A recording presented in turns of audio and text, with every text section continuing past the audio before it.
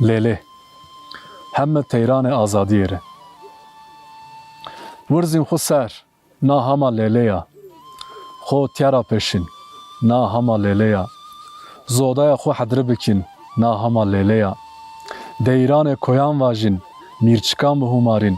Porê xwe şane bikin, kincanên neweyan xwe radîn, na hema lêlêya. Bi tilîliyan wedarîn embazanê xwe, na hema lêlêya. Wa çimanê şima ra çeqî biperî, wa helmê şima ra kerayî bihelî, wa qelbê şima ra zerencî bifirî, na hema lêlêya.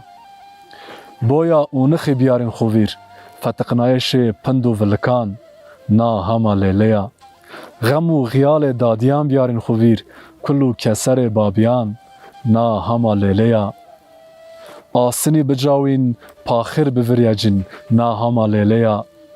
Pêro piya biqîrîn, biqîrîn bi vengê ku xofirî.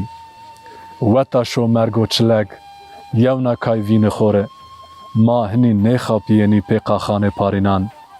Mayîna çar ha hîrena, na hema lêlêya lêlê.